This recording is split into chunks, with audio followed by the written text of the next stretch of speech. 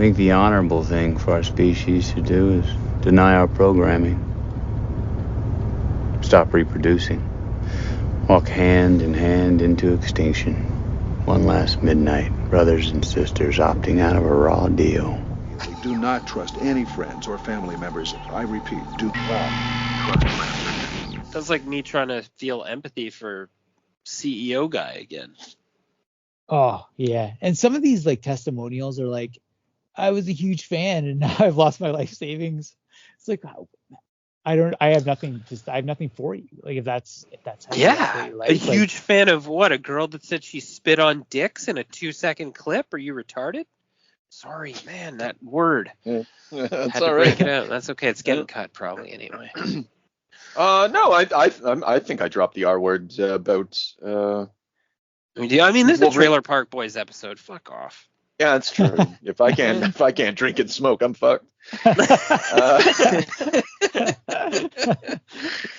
I don't know. The Haw Tua. Like, so here's how I envision this all happening. Like, so she becomes really big, right? And someone calls her because like there's merchandise. Like she's like this money pit. Like a fucking gold mine just showed up, and someone who knows how to spin it just gave her a call and said, we can do this, we can do that. And she's like, yeah, all right, fine. Like worst case scenario, I'm going to walk away with like $200,000 to $400,000. I don't know where those numbers are coming from, but it seems reasonable with advertising online and shit like that. And, she seems like, I'm not saying she should be ashamed of anything, but like, there's, she became the talking point. They're like, oh, the heroes these days, blah, blah, blah. It was a little moral response to her. And she just didn't give a shit. And rightly so. Right. And so she was just going to go out there and make some money. It's not like it ruined her life. Maybe this will ruin her life. Maybe this part will. Yeah. I guess we'll see. I don't know.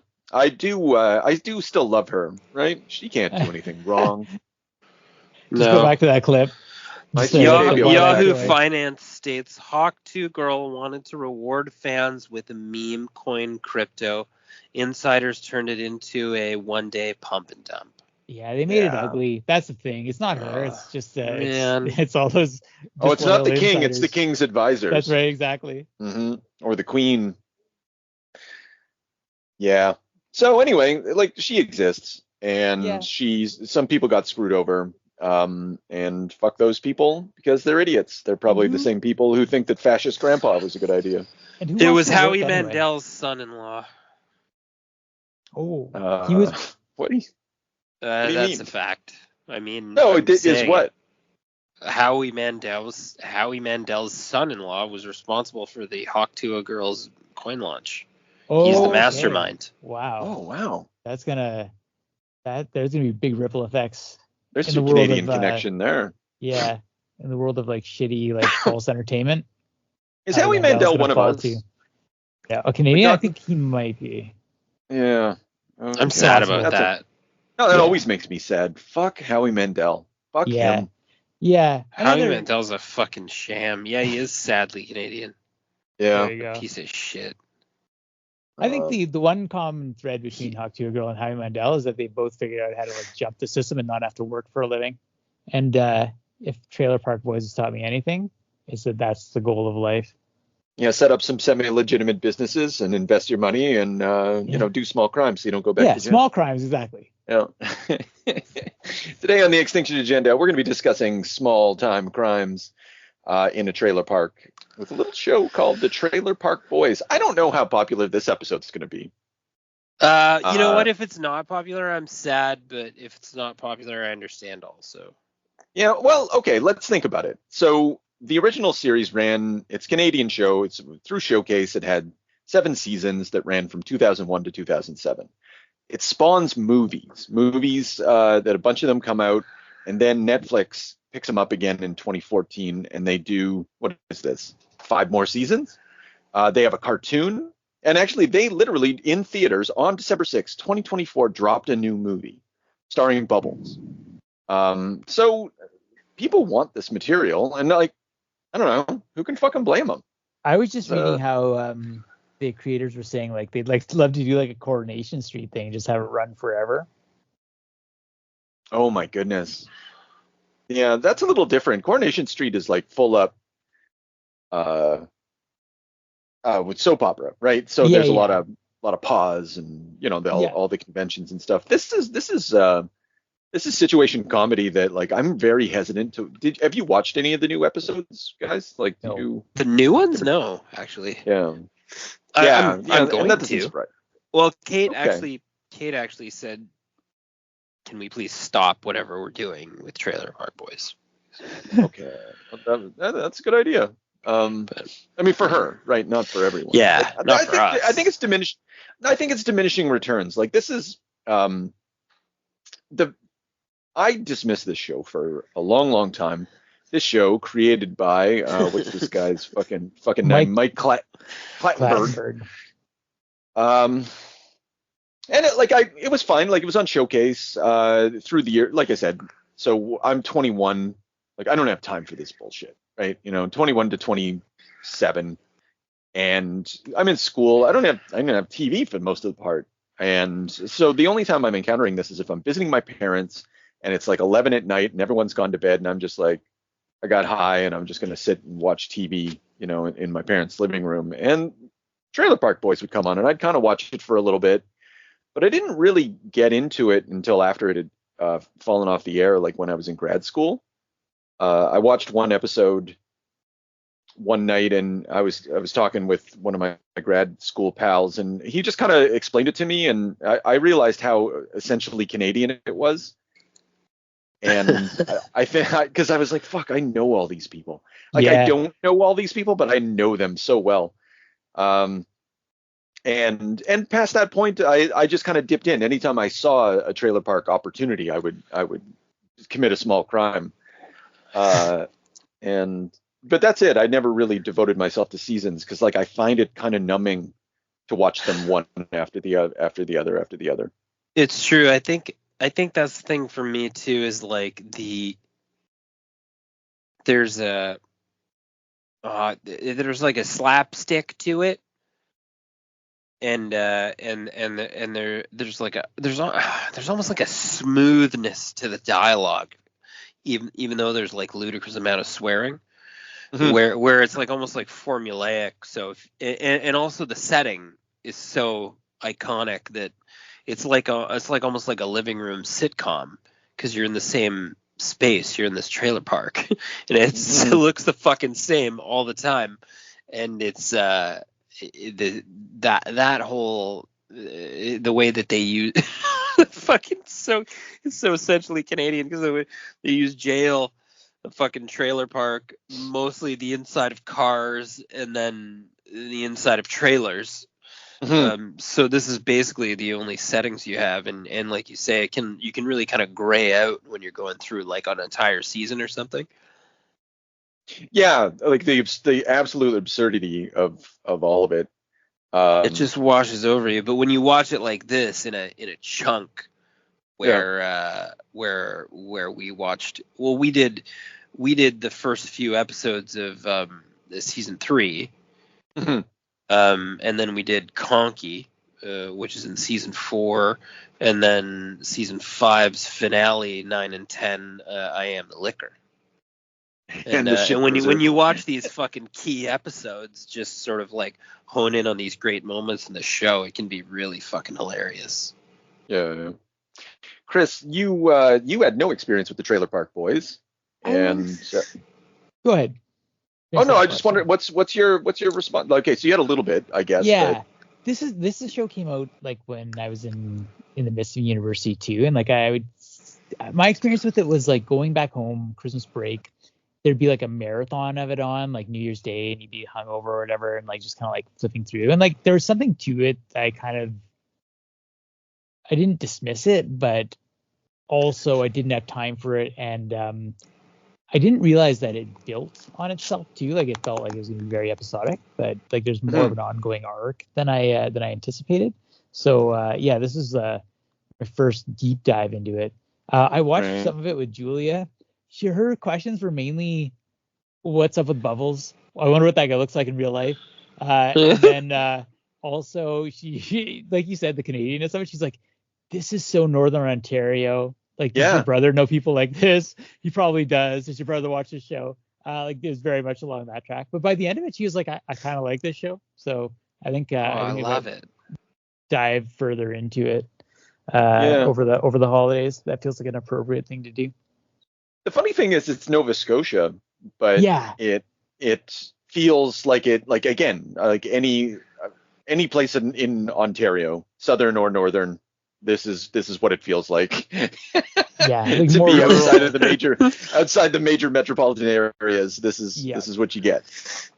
Apparently, there's a real cult following. Like, apparently, this show took off in the States, probably because of Netflix. Okay. Yeah. Well, I guess it would. No, but they were making movies and everything before that, right? The theatrical releases. Like, I do wonder when it became, and probably if I would have spent some more time on the Wikipedia, I some of that might have come through to me. Read some interviews and stuff, but I just couldn't bring myself to do it.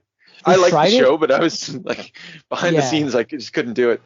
They tried it. Apparently, I think ABC ran it, and they were censoring the swearing. Oh, which is ridiculous. You can't do that. No. And then so that didn't, I don't think, work out. But then when it went to more direct TV, when that launched, I guess later in the early 2000s, and then I think specifically when it went to Netflix, it just widened the audience internationally. Okay, well, you know what? Good. Good for them. They all deserve it. Did you get to know Canada? Exactly.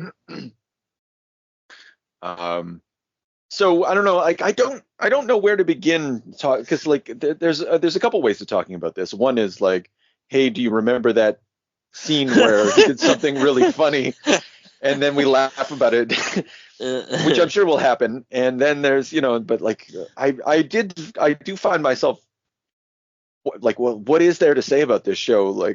It is okay. So the dynamic between the three main characters, Julian, Ricky, and Bubbles, is fucking fantastic. So Julian, he's always got that drink in his hand. And again, I fucking know this guy. The tough guy in Sudbury, the dad that you saw at one, of your friend at some point. And Ricky's belligerentness, but also ability to outfox people, or just run them over, but also be pathetic and get run over, and be an very idiot. appealing. Yeah. And then Bubbles is he really warms the heart, and I love how everyone swears. You see that fucking skit? I can't even say it properly. It's not angry. It's not angry. It's they're just. It's like a celebration, or it's a put down or something. It's almost like grammar. Yeah, it's like Deadwood. Not to elevate it too much, but the way that David Milch incorporated swearing into dialogue, and this maybe speaks to what you were talking about, James. It's smooth despite the fact that it is so vulgar. But it's not it's not like they call each other fags or anything, or there is some of that stuff missing, that would be very authentic. They're not hateful toward women or anything like that. They're just some low down fucking charming low rent criminals engaged in nonsense. Yeah, I think the best part is that since the inception of the show, somebody was like, oh, I read a Reddit thing at one point. Somebody said, oh, when did Trailer Park Boys become woke? And somebody commented, and they were like, Randy, and you mean how Randy and Mr. Lahey are gay? Exactly. And it's they've since the inception of the show, they've been accepting of that. Their type of low downness is sort of it sort of transcends bigotry. It's just they're just like you say, they're just low rent fucking heartwarming criminals. It's not like that. I was reminded of J-Rock, when J-Rock is oh yeah, he definitely thinks that he's black, and they just all accept it, and but on one hand, you can't really that's a tricky tightrope to walk, but I think that they do it, and it's because it's not malicious, and it's just sort of like an acceptance of a strange character who like just has this genuine belief, you know. It reminds me of the way Always Sunny does those sorts of things, where it's like it's not really, you know, if it's going to make a joke, it's at the expense of character rather than punching down. Yeah, that's fair. Yeah, because like when I think it's Lucy talking to the camera. It's and she's maybe it's not, but either way, it's like everybody forgets that he's like this, because that's what she says. Is just like, oh yeah, we forget that he's like this, but he's always thought he was black. It's just like when he comes out in that like the polo shirt later. I don't think I can go on, Mom. The Toucan Sam polo shirt. Yeah. I think that's the funny part too, is when there's like they're just like break the fourth wall on you and like shock you. I think that's what I've always kind of been a little bit of a fan, but I did have the same sort of initial reaction that you guys did. I think when I started watching it was that I watched it and then I thought, this is fucking stupid. And it's intolerable, and it's akin to a late night vulgar version of corner gas. And I don't want any part of this. And then later, for whatever reason, I revisited it, and something about the comedy or the writing, it just occurred to me how deliberate all of this is.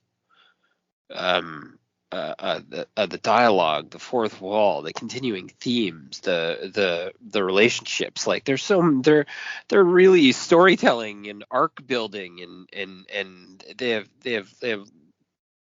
deep antagonists, you know, and then they have like cycling themes where they end up back in jail at the end of every season, and it's sort of a just a mishmash on sort of how they get there and what moral lessons they learn in a sort of a Canadian way. I didn't think, just thinking of Bubbles talking about how I don't think they realize how dangerous gunfights really are.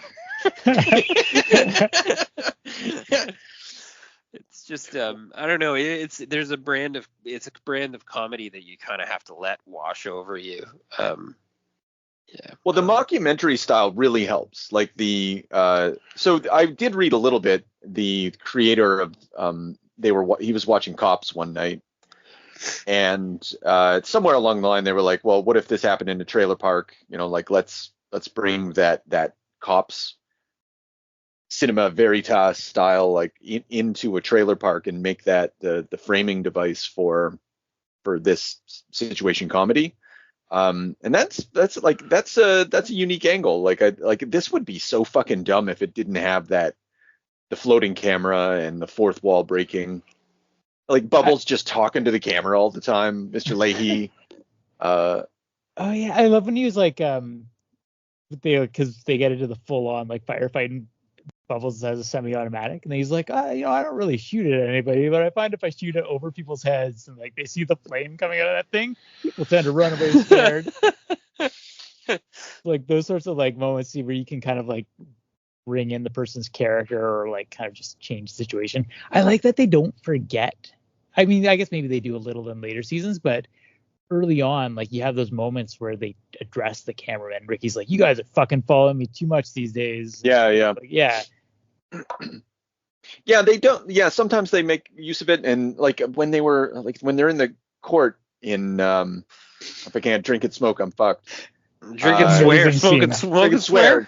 I smoke and swear. Yeah, no, it's smoke and swear. When he's presenting, you know, in the courtroom or whatever, and he's trying to walk around, and like he's like, you guys you're in my way, you know, that kind of thing. Every once in a while they will interact with the cameramen, like the cameramen are always there too. And I do wonder, like there's got to be a lot of improv too, because there's this one point when Ricky's talking to the camera and I forget what he's saying, but there's dog barking in the background, and he just turns around and he's like, shut the fuck up, dog, you know, something like that. And the dog gets quiet, and then he continues talking. And like, there's no way. Like, someone must have shut the dog up. It was just probably one of those moments that worked on camera, and they kept it. Well, that's part of that was like one of their weird shticks too, that they still sort of do to this day. Like they were just at a Toronto Maple Leafs game just recently, and they were all in character. Kate made a comment about it. She's like, they just fucking go places in character like that? And I was like, yeah, that was like a big thing that they did. I remember we used to go to like red carpet events when the movies came out, and they'd all just stay in character. And we didn't. Julian would step out of like a shitty limo or whatever with that drink. Yeah. And you'd be like, what the fuck are they doing? Like, are they like this? Like, are they, there was always like a fun perception game that they always played, and Bubbles would be in character. They would be doing interviews on the red carpet. People would be fucking confused. They'd be like, are these guys writing this? Are they? Yeah, exactly. Yeah. Okay. It's like wrestling. It's that's interesting. I mean, it's not like that, but that's the sort of what they took it to. We didn't watch the episode after episode 5 is they go to Ricky ends up kidnapping the guitarist from Rush, and Bubbles ends up on stage at a Rush concert. So they were doing it even back then.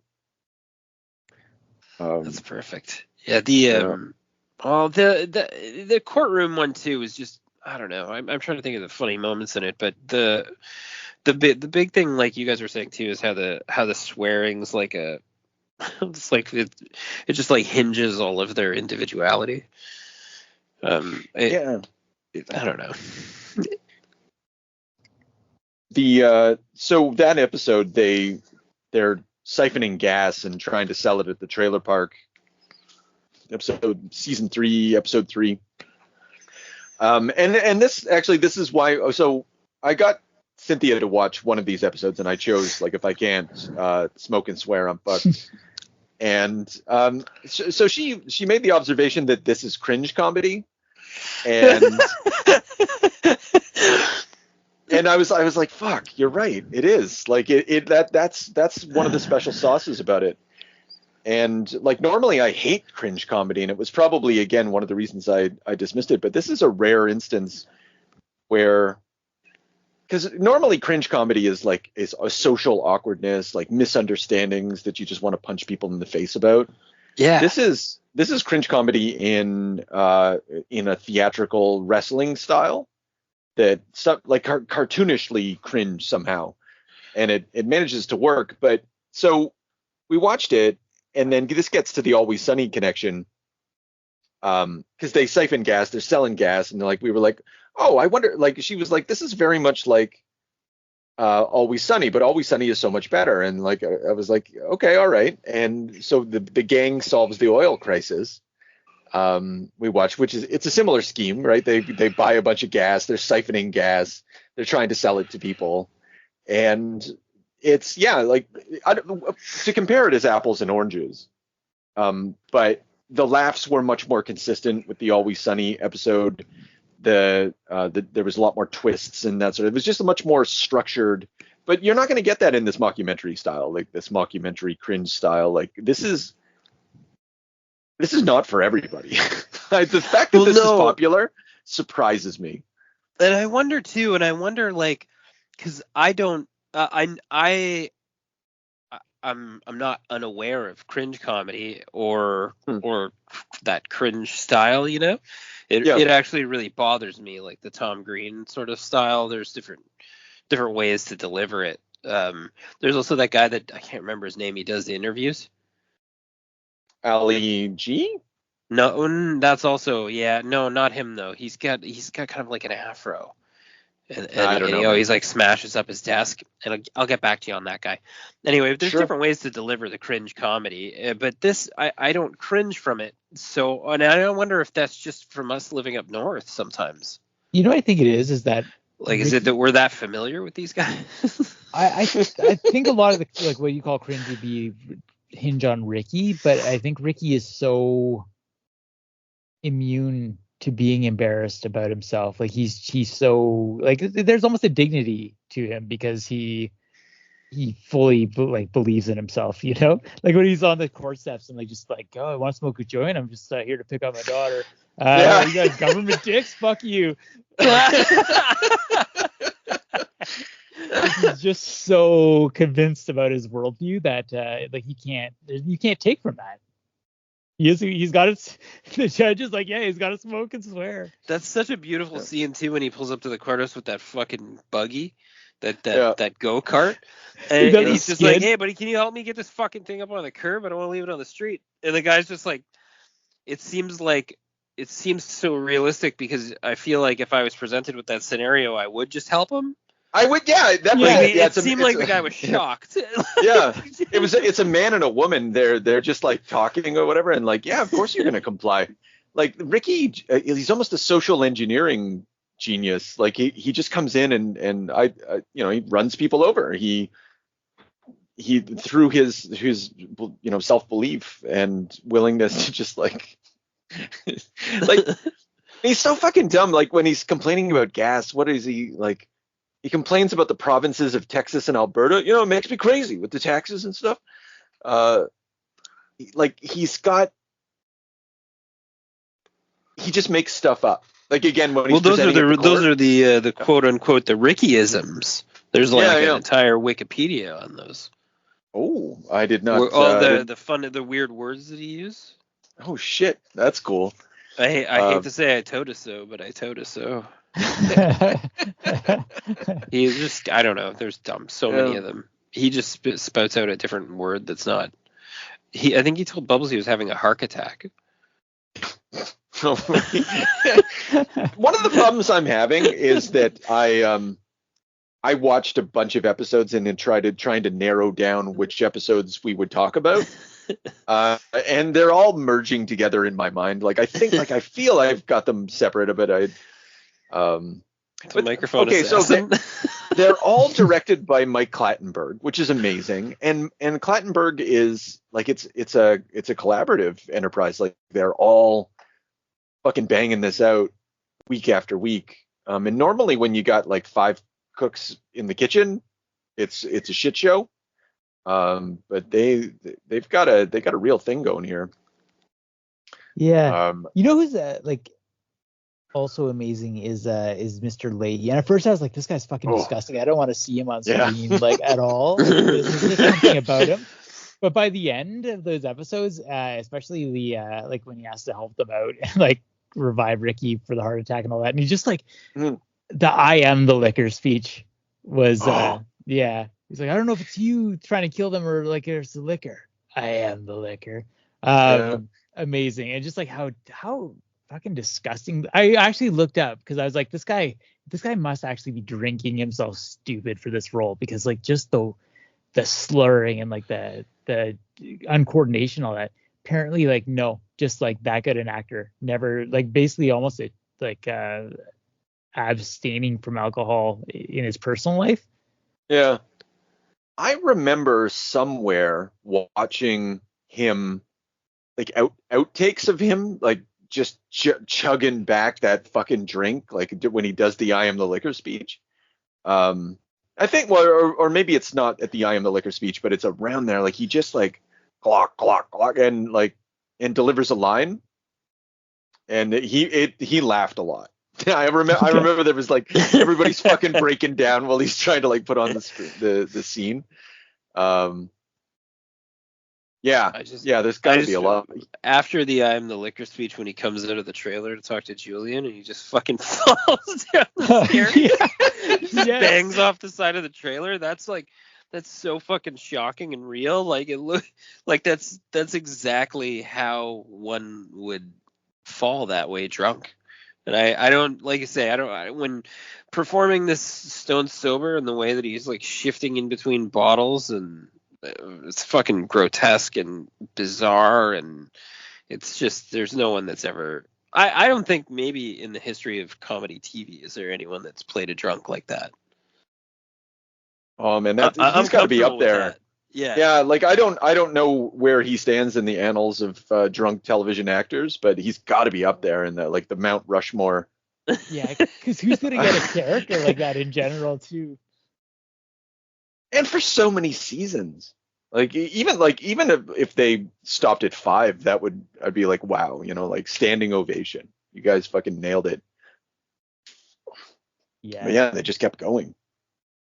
I do like it. Like everybody's drinking and smoking. There's no sex in this movie, in this show. Well, there's J-Rock. Well, jerking off. Yeah, that's fine. It happened to me. It could happen to you. J-Rock's rhymes are pretty good. Yeah, actually, I like that. It's stuck in my head. That's the last song. Yeah. Or that even when they had me cackling. Like I laughed through on the Microphone Assassin. I laughed and laughed and laughed, and Kate like shook her head in disbelief and semi-disgust. Yeah, well, that's fair. Again, this is you're either in or you're out. That's I can't see. There's no liminal state for this fucking show. It wouldn't make any sense to me. Yeah. Well, I think I have a theory that I think for guys, some part of you wants to burn it all down and just kind of live free and degenerate life. Let's be honest. I feel like there's an appeal. I definitely want to hold a drink in my hand all the time, and wear a gold chain, even if you're in a gunfight. Yeah, both. I'd love to have especially if there's gun. A gunfight. Yeah. Yeah, there's something about it that's like Wild West or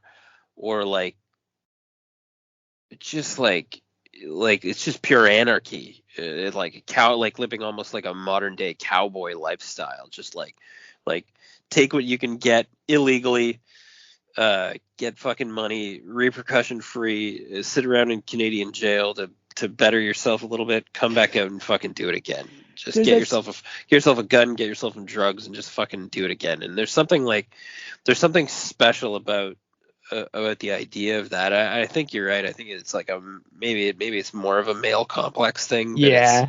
There's an allure there's a romance to it. I don't know. Yeah. There's that speech Ricky gives when he's breaking down the pros and cons of jail, and he's like, jail's pretty fun, the food's pretty good, but you smoke more dope on the outside is better. It's amazing, his thought process on that. Jail's pretty fun.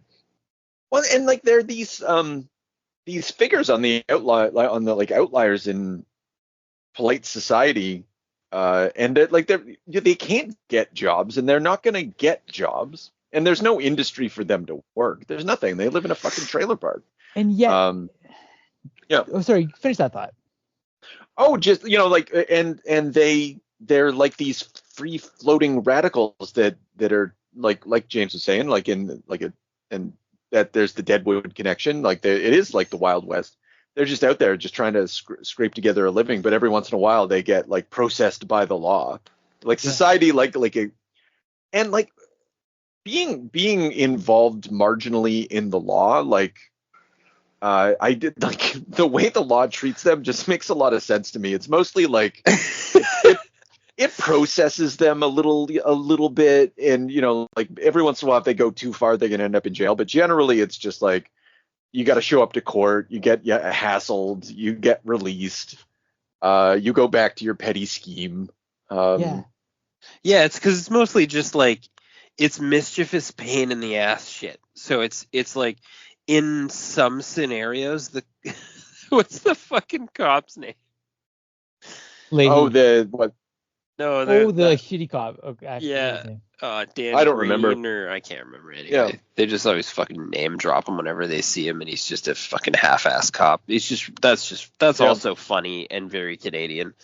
But yeah, there's just something. There's something to it where you're they don't do anything criminally that's really gonna command any kind of terrible repercussions, and the Canadian justice system is so baby shit soft, and it always has been, where this is so realistic that yes, there are scenarios where somebody's gonna fire off a gun or lie about it or do heavy duty drug dealing of low grade shit like pot and hash or whatever, or minor gambling, then the law is gonna have to be there and they're gonna have to intervene, but they don't really want or have to really exercise all their resources in their toolbox. So it's just a shit show, and they're going to end up in these like little micro processed scenarios, right? What were you going to say, Chris? There's I found this interesting essay on Jacobin that sort of celebrated the 20th anniversary, the 20th birthday of the Trailer Park Boys.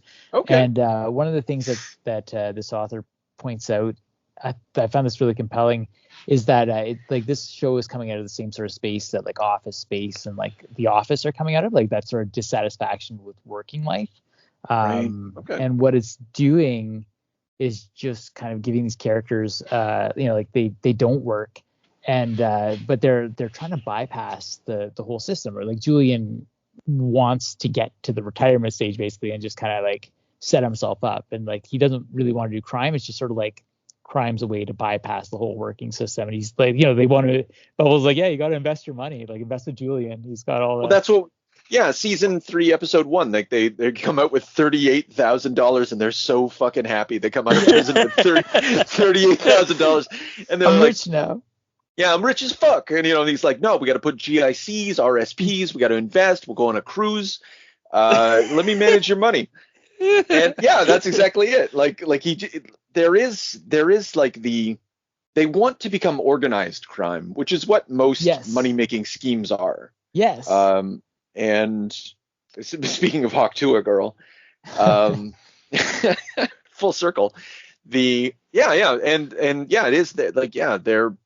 I don't think they could be integrated. Like Ricky cannot exist in like imagine Ricky in your workplace. He's gonna get written up. He's gonna get suspended. He's gonna get fucking terminated. He's gonna tell you to go right? fuck Like it. the whole second episode we watched is like him being the assistant park supervisor, and I love this quote. Like, so this is for the article. In the moral economy of the show, taking a real job is not just a failure; it also pits you against your friends. So like if they say when he becomes a mall cop, he tries to stop Bubbles from making off with shopping carts, and then same too when he becomes the supervisor. Like you're gonna just like sell out and like be alienated from your people. Right. Oh, so there's more episodes where that's interesting that Ricky's the character that they turn to because he embraces the assistant to Lahey position and does a really great job. Like he's a really good employee. He's also he's also deeply insubordinate. They do that garbage collecting thing and he grabs that fucking muffler.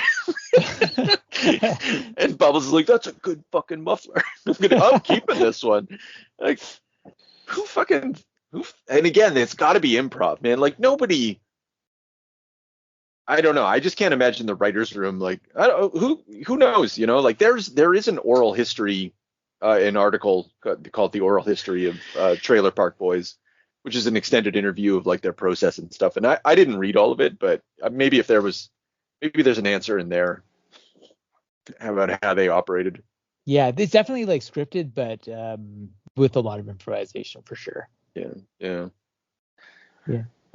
And then they said that one little thing I read said that Rob Wells, who plays Ricky, said that a lot of his comments were ad-libbed, and a lot of the casts were as well. They were talking about like their different people's abilities to like improvise and then breaking character and like laughing. Like so I guess they have to like obviously when you're ad-libbing or doing shit like that, there's probably like you were describing with Lahey where there's a lot of corpsing where your scenes are blown by everybody just busting a gut laughing, bro. That makes a lot of sense to me. Like for this to have gone on for as long as it did, one, everybody's making money, but two, that's so fun. And just like and you don't even have to do it every day. You just have to do it every once in a while. And like, I'm really impressed with the costuming department. Like this whole thing feels so, there's a burnt trailer park behind them in season 5. And it's like an actual burnt fucking trailer park. Like the production crew, I don't imagine they burnt one, but I mean, it certainly looks like it. It's all painted like it's burnt and stuff. I guess it's the dad's trailer. I love the dad. We don't get enough of Ricky's dad. Yeah. His scam. He's on long-term disability and he doesn't want to. That's what really sold it. That's the like that was the moment like when I gained a super appreciation of it. Like when they're checking out to make sure no one sees that he gets out of the wheelchair. I was like, oh man, that's beauty. That's so Canadian, so working class. Like I was reading. I guess. Oh, No, sorry. I go was ahead. like, no. Ricky's dad must have had a job at some point. Having said that, like he's collecting benefits from something. Yeah, he was a truck driver. Oh, okay, all right. He had the truck that he was sleeping in the sleeper for a little while. Yeah, all right. Okay. That goes on. I can't remember. That might be part of the piss jugs episodes. Oh, fuck. Oh, what? Where I he's don't like, remember. He's pissing into those fucking gigantic, like they're like whatever, like 4-liter jugs of milk or whatever. He just takes them in the truck with him, and just like they're all over. When he opens the door, they all fall out of the truck because he never gets out of the truck to piss. And then they were just they were whipping them up into trees. Yeah, you just look up piss jugs. You'll be all right. I don't. Is it one of the episodes? It's not one of the episodes we watched for this. No, it's not one of the episodes we watch. I'm going into, right. but I think that's where his job comes into play. Like, all right. See his previous job if you want to look up, if you want to know about it, I do. I'm glad. Well, I'm glad there's an answer. Everybody has a, everybody has a story. I love in the gas scheme, they're doing, you can buy a perm or whatever, and so Lahey and Randy show up, and they're like, oh yeah, we want whatever is, this gets us, and they're like, all right, and then like smash cut to them having a perm, just while they're like, we got to find out what's up with Ricky, and that's good stuff. Yeah. So Trailer Park Boys. Oh, were you gonna say? Oh no, I was gonna say Corey and Trevor. Like, like what's you guys have seen more episodes than me. Like, are they always that pathetic? They got to be, right? Yeah. That doesn't change. I don't think anyway. I don't know if they ever get a story. No, I don't think so. I think they just sort of care. They're just Julian's employee, quote unquote employees the whole time. Yeah, that was like probably one of their best power moments was at the end of the episodes we watched. The sniper, like being on the roof as snipers. That was awesome. I was shocked when they got like actually shot. They're like, oh, we're gonna die, and Ricky runs by. It's like, good. The best is when they Ricky, were you involved in this gunplay? Oh, it's just dead. And these two fucking guys broke into my car.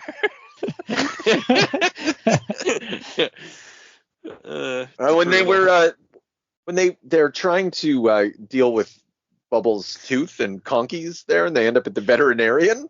Oh shit! Oh, good lord, that episode. Okay, Conky ends up being on lists of like best episodes of Trailer Park Boys and stuff like, and so I put it on. I put it on there, but like it doesn't feel right. Although I did like how Conky was talking shit to Ricky. That was pretty funny. Like that voice is funny. But the whole sort of resurrected doll from the swamp thing, I was like, that's not really. Like it had a weird like thematic change where it was like they were doing like a funny like a horror movie. Yeah. It had to be a Halloween episode or something like that.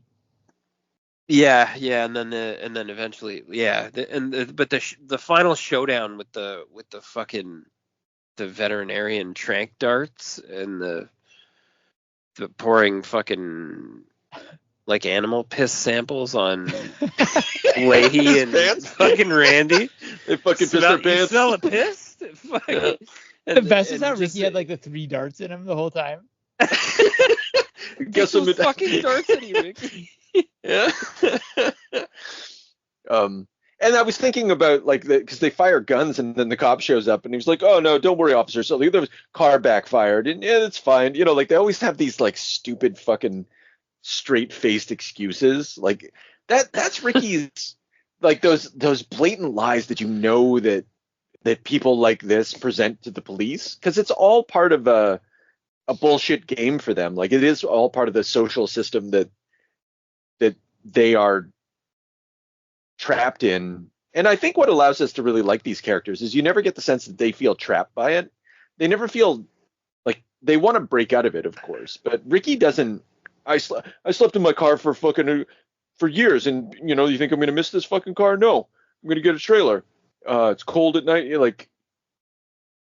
But like they're fine with their surroundings to some extent, but they understand that it could be better. I could have a trailer instead of just sleeping in my car. It's like really all they're pretty excited about.